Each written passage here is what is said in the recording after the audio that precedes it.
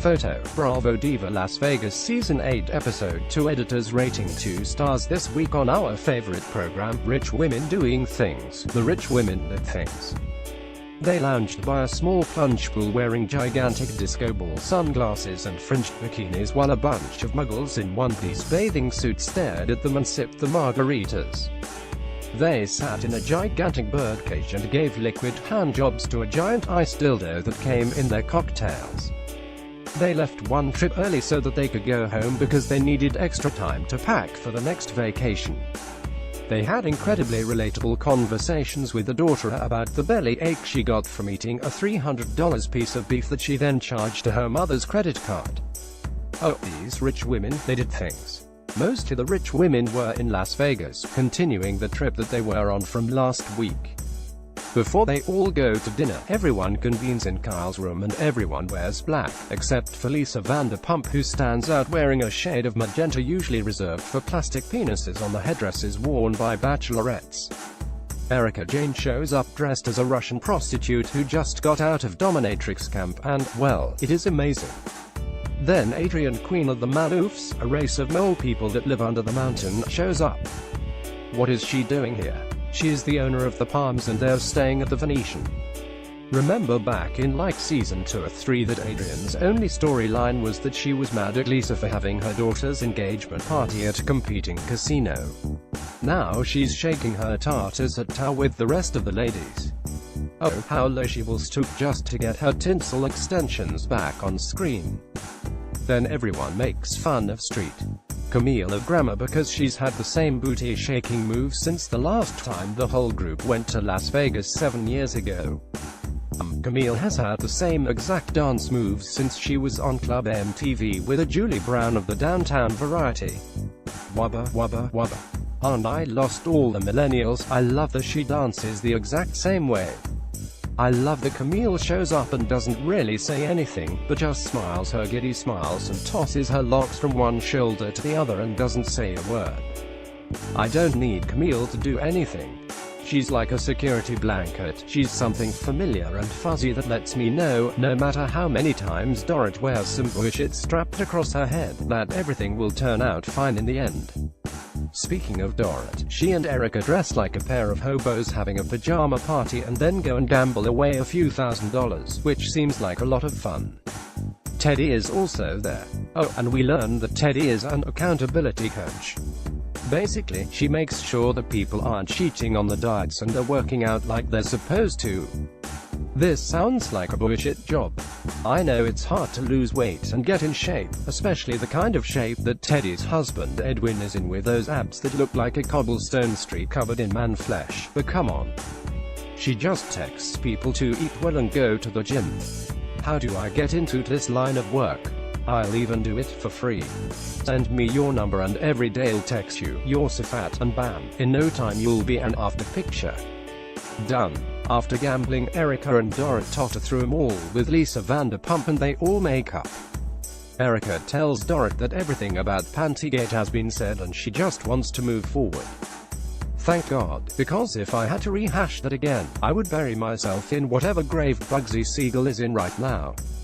Then Lisa Vanderpump got mad that Erika doesn't text her enough and it was the most like a 13-year-old girl I've ever seen anyone wearing a Pussybo Blast act before.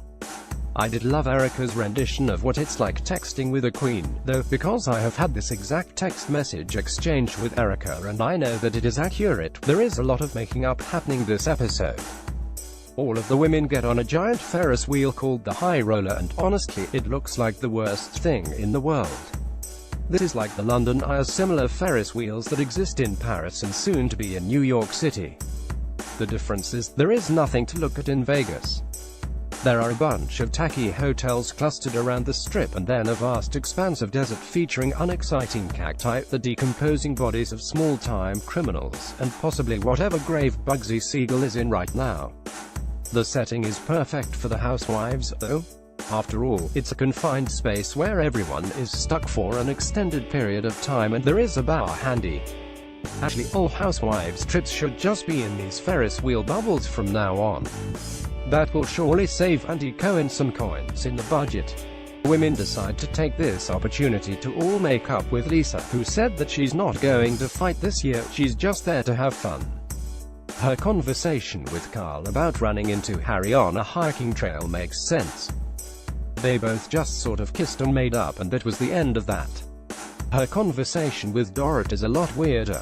Dorrit spends the entire episode talking about something she needs to get off of her chest.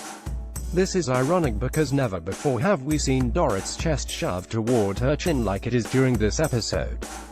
Basically, Dorrit wants Lisa to take responsibility for her jab about people doing coke in her bathroom. Eventually, Lisa does that.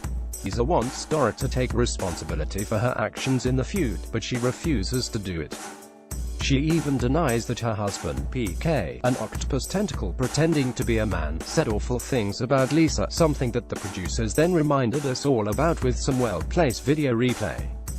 Here is my problem with Dorrit. She didn't want to make peace with Lisa, she just wanted Lisa to shoulder all the blame. If Dorrit really wants to move past this and get to a good place, she's going to have to make some concessions. If she holds on to her being completely right and Lisa completely wrong, that's how we end up with an intractable dispute that will last for an entire season. You need more proof. See Pantygate. So far, Dorrit has only been able to move past her squabbles with castmates because they're more desperate to get over it than to be right. Eventually, if Dorrit plans to have a long career on this show, she'll have to get there as well. Finally, the high roller brought our rich ladies back down to the ground and they all got out to make their exit. As Erica sauntered into the hotel, her curly locks swept to one side in a look that Mikey surely described as executive woman announcing to the factory there won't be any layoffs after all. Right before Christmas, she thought she heard something. Like a blunt tapping, like a tennis ball bouncing on a pane of plexiglass. She looked around her and didn't see anything. She trotted a little and caught up with the other women. What she didn't see was a woman in the transparent bubble next to theirs, the one that just went up in the air for its hour-long spin. Inside it was a figure frantically waving and banging, her hair clustering around her earlobes as she tried to get the group's attention. But Erica missed it. She missed Eileen Davidson making a racket before quietly resigning herself to a Sol vodka tonic as she squinted in the failing Las Vegas light as it blashed some poor creature's bones out in the distant sand. RHOBH recap: the ice